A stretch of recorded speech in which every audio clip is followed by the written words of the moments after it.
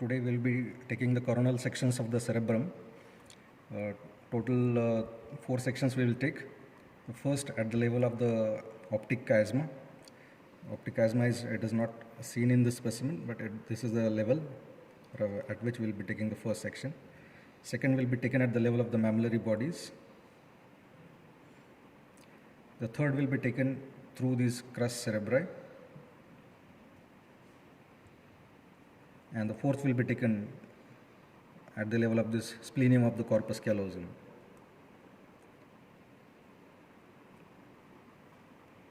So this is the first section we will be taking at the level of the optic chiasma.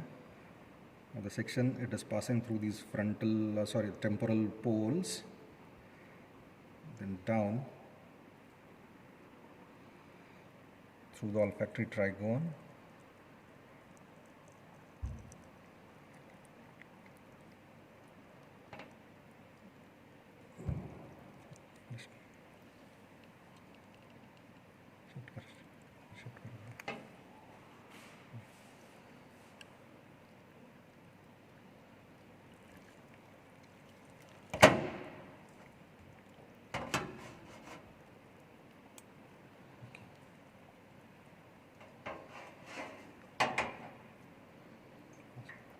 So this is the first section which was taken roughly at the level of the optic chiasma.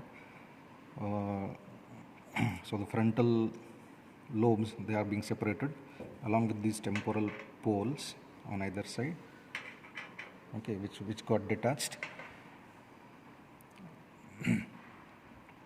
Now this section, it shows this is the corpus callosum, this is the lateral ventricle, and this is the anteriormost part of the septum pellucidum. Okay. Now, and all these nuclei which are visible, this is the corpus striatum. Mainly this part is the caudate nucleus on either side, and this is a lentiform nucleus. And one can see this striations, because of which collectively the caudate and this lentiform, they are referred to as the corpus striatum. So those striations are visible here. On the outer side, we see this is a rim of the gray matter.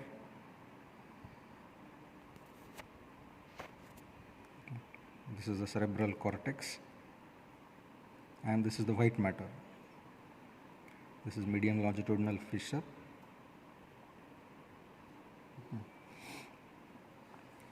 Here we can see these are the olfactory tracts. The two olfactory tracts. So the section has gone through the olfactory trigone. Okay. Now this is the other part on the main cerebral hemisphere which is visible now. So this is the same.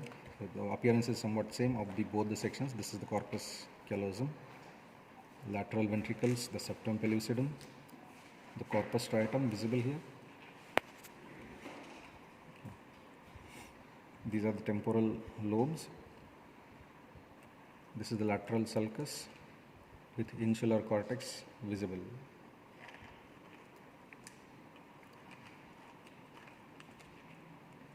Now the section, though it has gone through the temporal lobe, the inferior horns of the lateral ventricles are not yet visible, okay, which will be visible in the next section.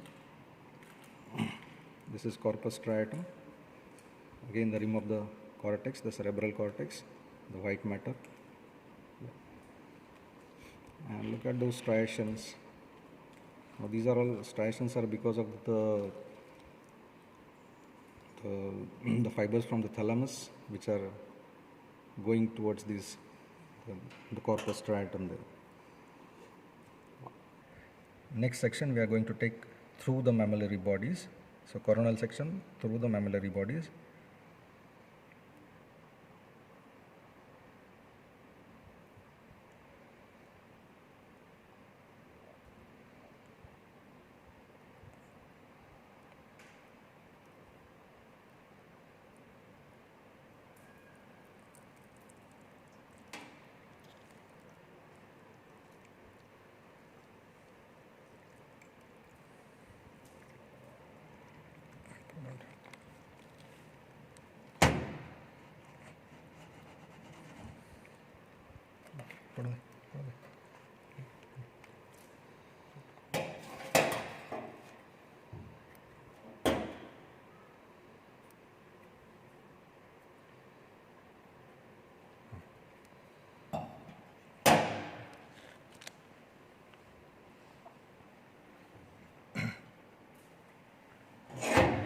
Now this section, it has gone through the mammillary bodies. As one can see, the mammillary bodies are being sectioned. This part, this is a mammillary body which is being sectioned.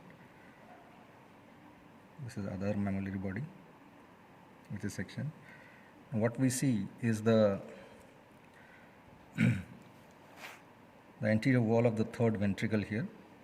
Now this is the corpus callosum, septum pellucidum, the two lateral ventricles, the fornix, which is bifurcating into two columns, and the columns of the fornix, they are passing towards the thalami. The thalamus is not visible in this section because it lies still in a more posterior plane. Now between the two columns, okay, low down you can see there is a horizontal band. This is a horizontal band. So that horizontal band is nothing but the anterior commissure, which lies at the upper end of the lamina terminalis. And then this low down below is the anterior wall of the third ventricle here. Okay, now all these structures, the columns of the fornix, the anterior commissure, the lamina, below this is the lamina terminalis, which is forming the anterior wall of the third ventricle there. Okay. So that is the anterior wall of the third ventricle. Now this depression which is seen between the columns of the fornix and this anterior commissure, the triangular depression, is referred to as vulva. On either side, one can see this is the anterior limb of the internal capsule that is being sectioned. This is the caudate nucleus in the floor of this lateral ventricle, and this is the lentiform nucleus one can see. This is insular cortex, the lateral sulcus, and one can see this claustrum. Okay. This is the lentiform nucleus. The darkly appearing part is the putamen, and this lighter one, globus pallidus. On this side also, this is lateral sulcus, the insular cortex, the lentiform nucleus, the caudate nucleus, the anterior limb of the internal capsule, the claustrum. This is the external capsule on either side. Now, a little bit of the inferior horn of the lateral ventricle is visible now here with the hippocampal gyrus. This part is the hippocampal gyrus in the floor of the inferior horn of the lateral ventricle.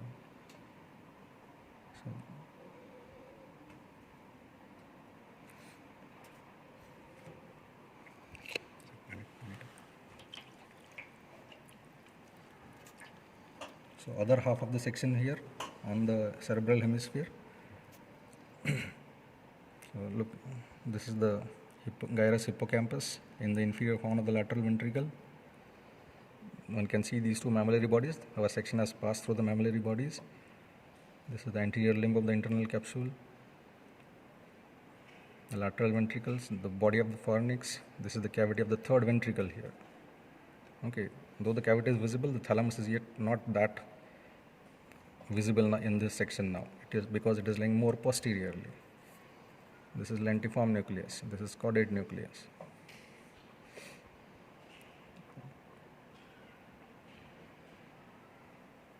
Okay, so behind the mammillary bodies, the crus cerebri and the posterior perforated substance here.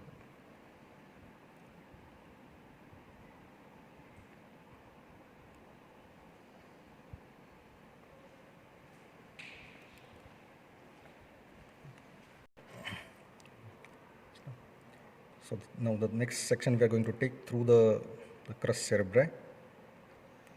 So this is the two crura cerebri here. Now, these are the mammillary bodies anteriorly. Posteriorly one can see the tectum, that is the colliculi, and still in the depth we can see the splenium of the corpus callosum there. So the section is passing through the crus cerebri.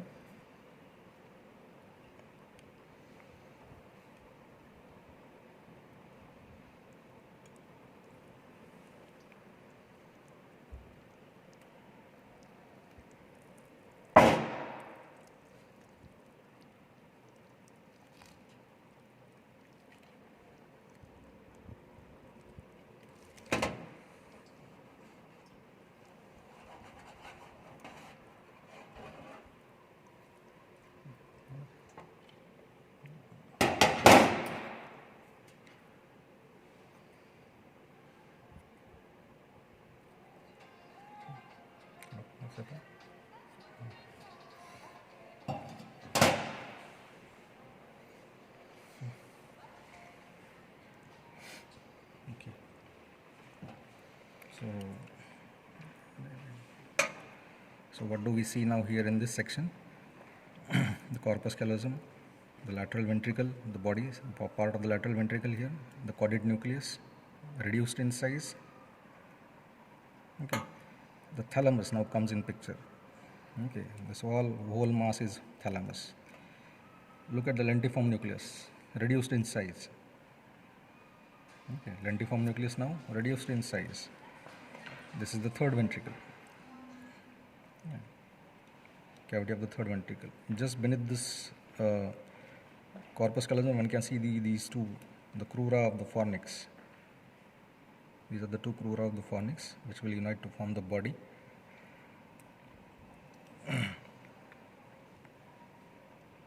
And now one can see this is the white matter of the cerebrum passing through the internal capsule now and continuing down, okay, as into the midbrain as the corticospinal tract here.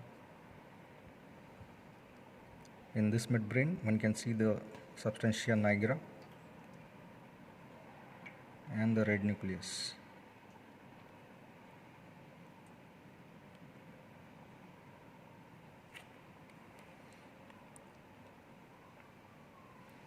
This is the inferior horn of the lateral ventricle.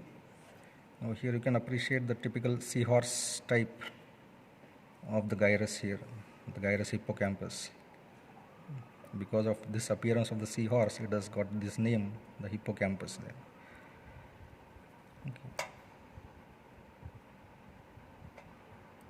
And this part is the dentate gyrus. Okay. This is the dentate gyrus, which continues laterally as the gyrus hippocampus. Okay, this gyrus of hippocampus, also called as cornu ammonis, which will continue as subiculum, a part of the parahippocampal gyrus. Now this is the parahippocampal gyrus. This sulcus is the collateral sulcus on either side. The counterpart of this section here, okay, shows similar features: corpus callosum, the crura of the fornix, the thalamus, okay, the substantia nigra here in the midbrain, the red nuclei of the midbrain, and then this is the descending tract, the corticospinal.